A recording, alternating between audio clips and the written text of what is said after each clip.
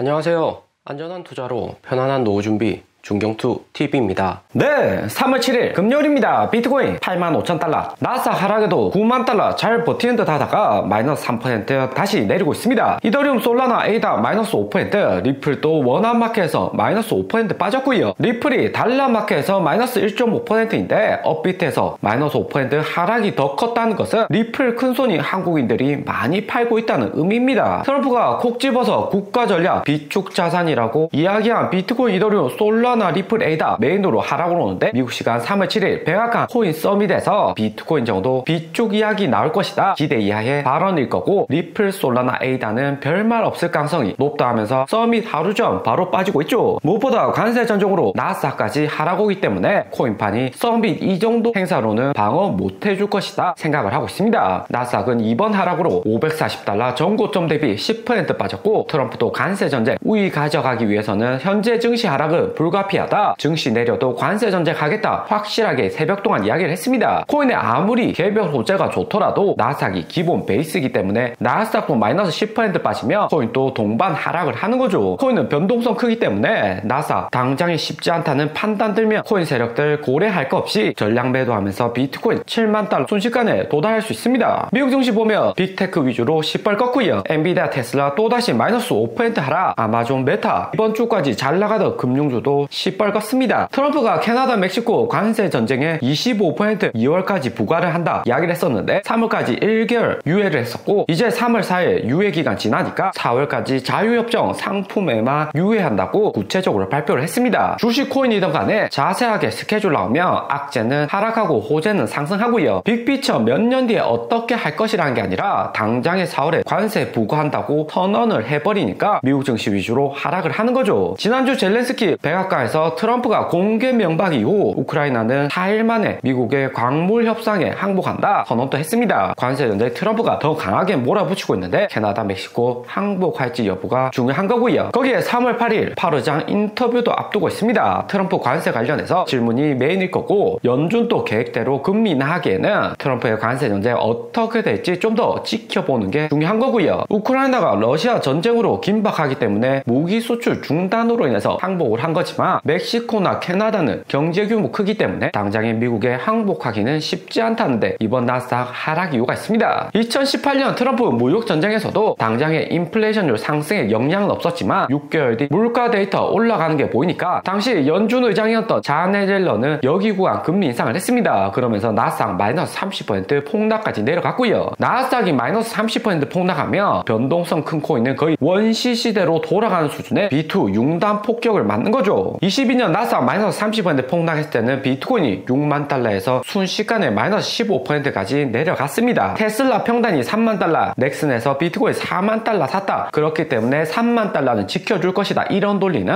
나스닥이 폭락하면 전혀 의미가 없고요. QQQ, 애플, 마이크로소프트, 빅테크들도 다 던지는 상황인데 변동성 큰 코인은 신경도 안 씁니다. 때문에 최근 구간 현금 반드시 50% 가지고 계시면서 2018년처럼 이런 하락 온 구간에 싹 쓸어 담아서 손실도 맨징하고 장기적으로 코인 모아갈 수 있게 전략을 잘 세워 두셔야 되고요. 그런데 또 왜 50%만 현금화하냐? 2018년 차트에서 보듯이 8% 두 번, 30% 크게 한 번 내리긴 했지만 결국에는 상승이었습니다. 코인 투자 우리가 단타로만 할 것도 아니고 장기적으로도 모아가기 때문에 비트코인 위주로 홀딩을 하시고 현금 가지고 있으면서 리플이나 이더리움, 솔라나 등 트럼프가 장기적으로 키워준다고 한 알트코인도 저점 매수 단타로 투자하시면 수익률도 괜찮을 것이다 보고 있고요. 2018년, 2019년에도 비트코인이 내리긴 했었지만 당시 10,000달러 정도로 현재 8만 달러까지 8배나 더 올랐습니다. 혹시라도 캐나다, 멕시코가 장기로 시간 끌어봤자 좋지 않을 것이라면서 우크라이나처럼 협상 빠르게 진행이 돼버리면 나스닥도 금방 반등을 할 수가 있고요. 트럼프 관세 전쟁이 당장에는 미국 증시 내리지만 결국에는 미국에 좋을 것이라고 장기적으로 생각하면서 관세 전쟁 하는 겁니다. 2018년부터 증시가 변동성은 컸지만 21년 대불장 만드는 계기를 트럼프가 만들어 놓았고요. 그 글로벌 위기, 코로나 터지니까 빅테크, 제약, 금융 등 미국 아니면 안 된다는 거 글로벌 각국가들 다시 한 번 더 인식을 했었죠. 코로나 백신만 봐도 중국, 러시아가 먼저 개발했다고 소식은 났지만 언론 통제하는 공산당 국가이기 때문에 어떻게 될지 모르는 중국, 러시아 백신 맞는 한국 사람 전혀 없습니다. 그리고 크립토 차트, 데비스 삭스 미국 시간 7월 3일 크립토 썸이 주최 예정이고요. 그 전에 인터뷰 나왔는데 10년간 비트코인 미국 정부에서 19만 5천 개 매도를 했는데 안 팔고 지금까지 홀딩했었다면 170억 불이다. 현재 보유하고 있는 미국 비트코인을 절대 팔지 않고 더 살 수 있다. 비축해야 된다. 이야기를 했습니다. 3월 7일 크립토 서밋에서 데이비드 삭스는 비트코인 비축 모델을 공개할 것이다. 새로운 자산으로 특별한 지위를 얻을 것이다. 긍정적인 이야기 나올 가능성이 크죠. 하지만 비트코인에 집중되어 있고 리플, 솔라나, 에이다 등 메인 알트코인에게 자세한 비축 방안은 나오지 않고 있습니다. 알트코인은 주체가 있는 회사에서 운영하는 코인이기 때문에 리플만 봐도 하락 올 때마다 10억 개씩 락업 해제하면서 물량을 대량 풀고 있고요. 이렇게 되면 미국 정부에서 비축한다고 하더라도 코인 가격은 변동성이 커질 수밖에 없습니다. 때문에 비트코인 위주만 먼저 비축할 수가 있는 거고 알트코인은 ETF 형식 국부펀드 통해서 투자할 가능성이 높아진다 생각이 들고요. 데이비드 삭스 이번에는 실망감 안 주고 정말 구체적으로 이야기할 수 있지 7월 3일 크립토 서밋 유심히 보셔야 됩니다. 하지만 이번 크립토 서밋 주제가 스테이블코인 관련 법안이나 비트코인 전략준비 자산화 법안이기 때문에 시장에서 큰 기대는 안 하는 상황이다 볼 수 있고요. 새로운 무언가가 나와야 되는데 데이비드 삭스 공학도 출신의 일론 머스크와 스타일 비슷하기 때문에 인터뷰 나온 다음에 오히려 코인 가격 내려갈 가능성이 높아 보입니다. 그리고 최근 리플의 선물 미계절 약정 볼륨 급증을 하고 있고요. 무엇보다 대규모 숏 버전 나오고 있는데 리플 가격 현재 구간에서 추가 상승보다는 120선 아래로 떨어질 가능성을 높다고 생각을 하는 거죠. 리플 차트를 보면